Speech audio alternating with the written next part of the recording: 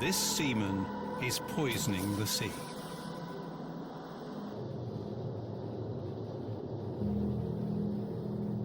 This one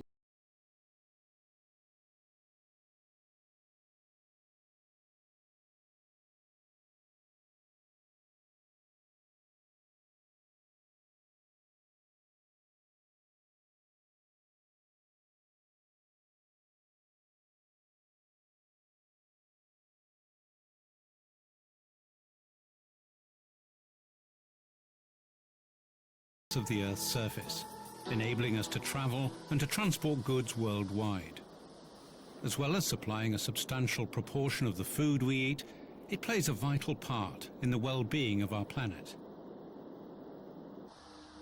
Today, pollution is threatening the habitat of vast numbers of marine creatures, not just in waters close to shore, but also in the open seas.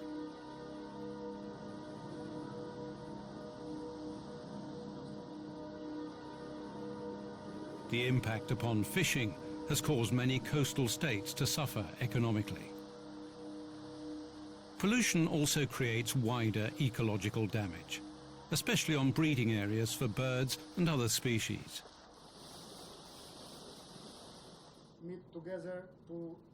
Polluting the sea is now widely recognized as a serious problem. What do you think? Do you understand what it's got to do with you? Many people find it hard to understand how getting rid of small amounts of waste from individual ships can have such an impact on the vast oceans. The crucial point is that it all adds up. There are about 80,000 ships and about 1.5 million seafarers living and working on board. All discharges from them pollute, even those that are considered legal. For example, it has been estimated that nearly 2 million tons of garbage is generated annually by shipping in US waters alone. Of this, some 800,000 tons are disposed of at sea.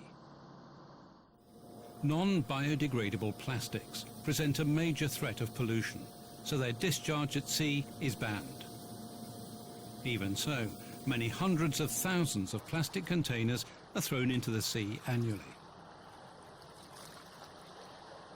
Such illegal acts of disposal could result in heavy fines or imprisonment. Toxic chemicals can be ingested and retained by some marine organisms. In this way, poisons can be introduced into the food chain.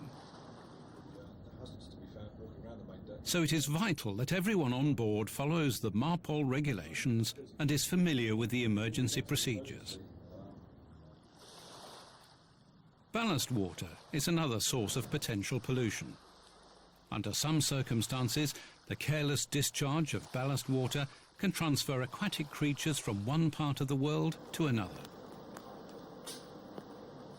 In their new environment, without natural predators, they can quickly become a threat to the ecology of that region. An international convention, the Ballast Water Management (BWM) Convention, was agreed by IMO in 2005. This sets out standards for the control and management of ballast water and sediments. These BWM rules will help to prevent foreign marine organisms being discharged into coastal waters. A number of treatment systems have now been developed and approved for treating ballast water. But even when they are installed, ballast water exchange while far offshore will remain a key procedure. All shipping companies must ensure that their ships carry a shipboard oil pollution emergency plan. Chemical tankers must, in addition, carry a shipboard marine pollution emergency plan to cover potential environmental contamination from noxious liquid substances. Ensuring compliance with pollution control is the responsibility of the flag state, the ship owner and the master. Look at this example. Clear, clean water. If particles of pollutant are dropped into the water, they start spreading immediately. Soon all the water will be affected. If this substance is a deadly poison, even at minute concentrations, it will pollute a volume of water perhaps millions of times the volume originally released. It is for this reason that MARPOL Annex 3 provisions on harmful substances in packaged form are included in the International Maritime Dangerous Goods Code. The emergency arrangements are set out in the IMDG code. Where practicable, any leakages of marine pollutants from damaged containers and packages should be retained on board using suitable absorbents and proprietary leak-proof containers. Where this might cause unacceptable safety risks to the crew, the leakage should be washed overboard with large quantities of water as set out in the code. Vessels carrying dangerous cargoes, including noxious liquid substances, must adhere to very strict mandatory procedures.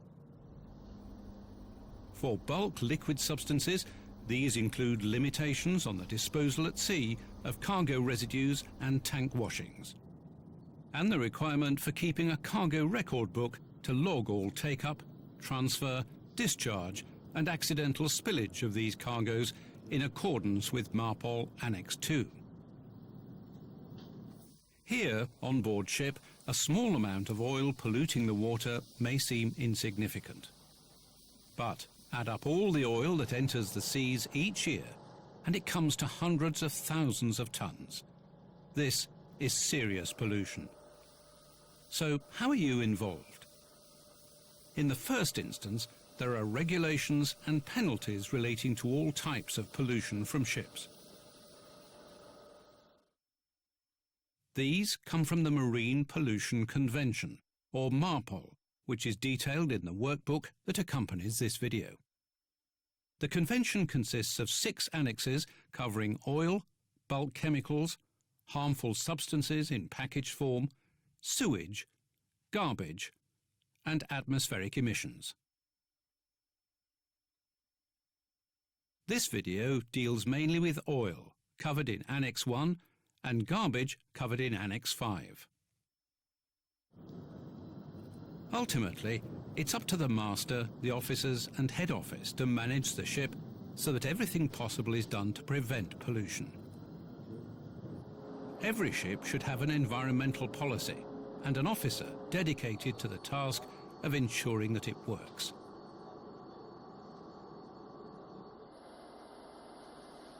Even if it is legal to dump waste, you should check with the environmental officer on board your ship if there is a non-polluting alternative. Do what you can to alter the way you dispose of waste. And remember that if the other 1.5 million seafarers do the same, it will really make a difference.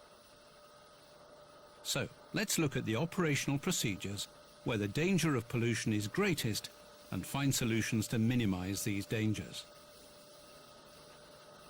Leaving aside major oil spills resulting from shipping accidents, much oil pollution arises from routine operations, such as cargo operations, ballasting of cargo tanks on oil tankers, fuel transfers during bunkering, and bilge pumping on all vessels.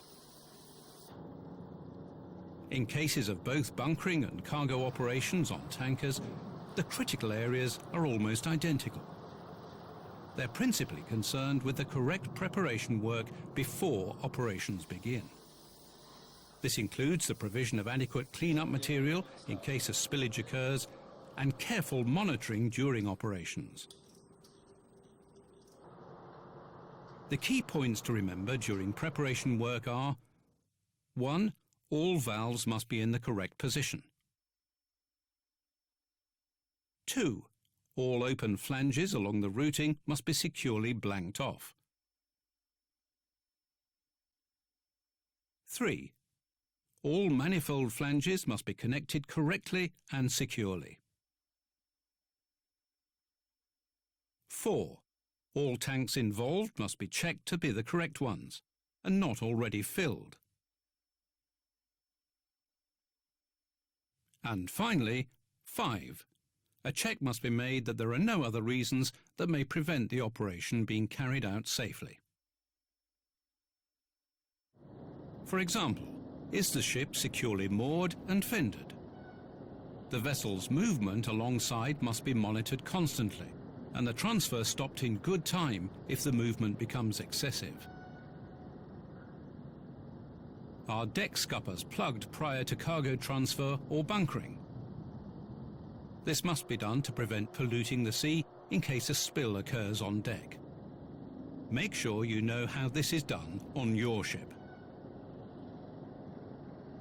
Everyone involved in the operation must clearly understand what procedure is going to take place. Is the rate and pressure of cargo transfer agreed and understood? Are the necessary communication links established? Are the starting, stopping and slow down signals agreed between everyone concerned, so that there are no language difficulties? In the case of bunkering, is the fuel to be delivered the one that was ordered? Is it the correct quantity? The methods of arranging all this vary from place to place, so the use of a checklist will ensure that nothing is overlooked.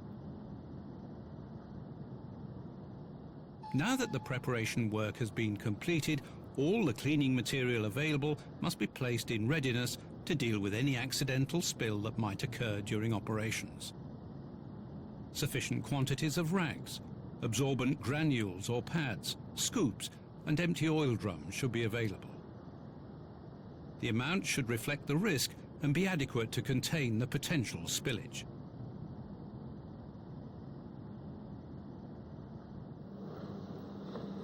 If cotton waste is used to mop up spilt oil, it should be disposed of in accordance with MARPOL regulations, and the potential fire risk must be taken into account.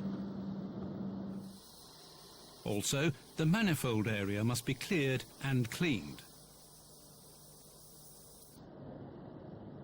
Whatever the operation, once oil transfer begins, all the hoses and connections must be checked to be oil-tight under pressure. Ullages must be checked frequently, as the tanks must not be overfilled. Remember the most critical times during cargo operations or bunkering to ensure that all the valves in the system and all tank openings are closed. If, despite all precautions, a spillage occurs, it must be contained within a small area of the deck by, for example, forming a wall of absorbent material. In some cases, oil-absorbent packs can be put to good use.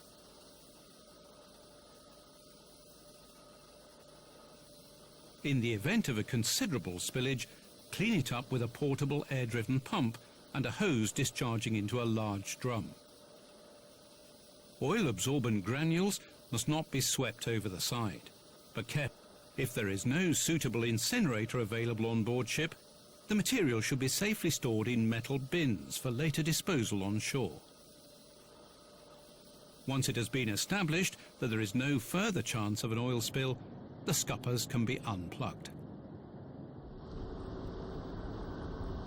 There are other possible sources of oil pollution. Both tank washing and cargo tank ballasting are strictly regulated. Yet these operations are still responsible for a considerable amount of pollution. The ship's engine room is also a potential source of oil pollution. Here, minor oil leaks in the system can contaminate water in the bilges, sludge tank. Cooling water in the engine room sometimes leaks and becomes oily too. All vessels must install a filtering system able to remove traces of oil contamination to no more than 15 parts per million. Water discharge must be monitored by suitable equipment to make sure that the oil content is not greater than the permitted limit. If the ship operates in a MARPOL-designated special area, then the separator or filter should be fitted with an alarm and automatic cut-off device to prevent further discharge if the output rises above this figure. Many systems use disposable filter cartridges that must be changed when saturated.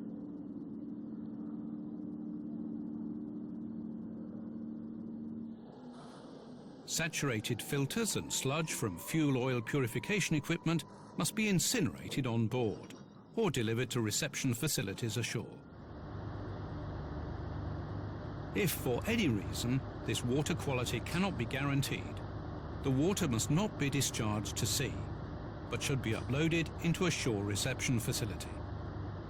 The oil separated on board may be mixed with the next cargo using load-on-top procedures. On deck, oil may leak from hydraulic lines and winch beds.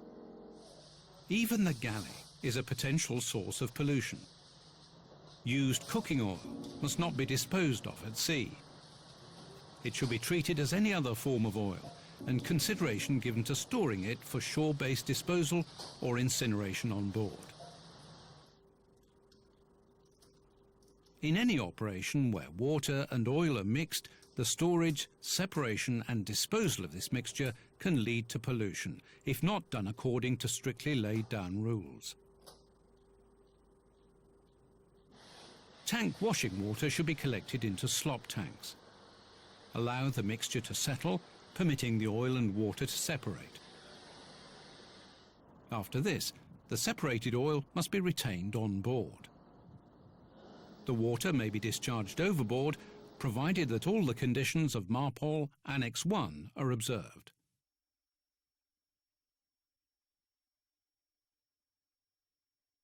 The same applies to ballast water on board ships where the water is held in cargo tanks. Vessels equipped with a suitable incinerator may choose to burn oily rags and other such contaminated waste. If this equipment is misused or poorly maintained, there is a real risk of air pollution, especially if the incinerator is operated at the wrong temperature. Control of incinerator emissions is detailed in Annex 6 of the MARPOL Convention. In fact, any procedure on board ship that might result in the release of noxious gases, ozone-depleting substances or volatile organic compounds must conform to these regulations. All discharges of ballast water and oil must be entered in the oil record book. It is a legal requirement to keep this up to date. Well, I just want to see the chief or the oil record book. Yeah, okay. Examining port state inspectors often check these records, and inaccurate statements can lead to prosecution. Let's start with the safety equipment, please. Safety equipment certificate. Besides oil, the most frequently encountered pollutant from all ships is garbage. Annex 5 of the MARPOL Convention regulates its disposal, laying down comprehensive requirements with which all vessels must comply. Any ship over 400 tons or certified to carry 15 or more persons must have a planned garbage management system.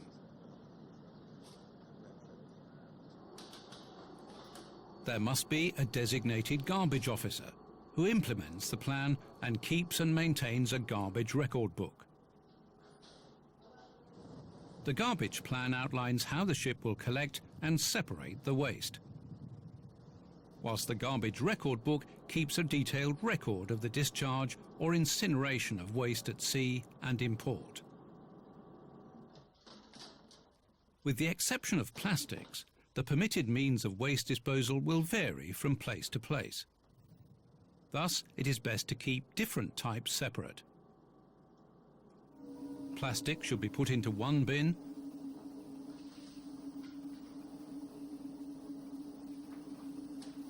non-flammable material, such as bottles and cans, into another, and biodegradable garbage into a third. Paper bin liners are very useful for the collection of biodegradable waste from cabins, mess rooms and galleys. Incineration in a suitable plant is the best method of disposal, but if there is no incinerator, the materials must be kept in sealed plastic for shore disposal. Use of onboard compaction devices can greatly reduce the volume of garbage to be stored. Keeping garbage on board may create a fire risk. Accordingly, the storage area should be equipped to the appropriate fire protection standards of SOLAS Chapter 2.2. Although food waste, dunnage and sweepings may be disposed of at sea, strict limits are laid down in the MARPOL Convention to regulate this. Consult the vessel's garbage management system, or MARPOL Annex 5, to avoid illegal dumping of this type of waste. Please remember, though, buoyant waste may eventually arrive ashore from wherever it is discharged. Therefore, it is best practice to use shore-based reception facilities wherever possible. The provision of shore reception facilities for the disposal of ship's waste, in line with the IMO manual with specific reference to special areas, is the responsibility of all states ratifying the MARPOL Convention. As well as their own duties with respect to waste disposal, masters should also know those of the coastal states and should report any inadequacies. It is the master's responsibility to ensure that members of his crew are properly trained for the job they perform. The ship's operation and safety manuals will provide all the necessary information to ensure good practice on board. Copies of the MARPOL Convention must be readily available for reference. To be sure that illegal dumping of waste is avoided, the MARPOL Convention, Annexes 1 and 5, should be studied with care. Details are included in the workbook that accompanies this video. MARPOL also deals with the amounts of pollutants permitted to be discharged in different areas. The annexes stipulate special areas where certain disposal options are totally prohibited. For example, in the case of discharges of oily water, these include the Antarctic,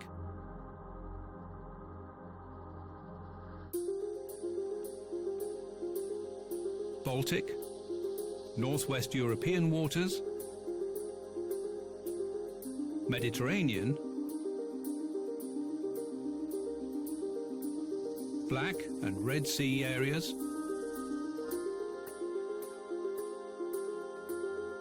the Gulfs area, the Gulf of Aden,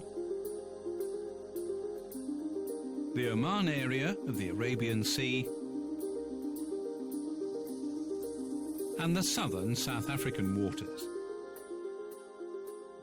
The key conclusion to be drawn in fighting pollution is that, besides adhering to the internationally agreed regulations, we should all adopt stricter discharge arrangements in individual shipping companies and on each ship. Having watched this video and seen how pollution levels can be reduced, ask yourself this: is there anything I can change in my working practices that can reduce or prevent all the pollution for which I may be responsible?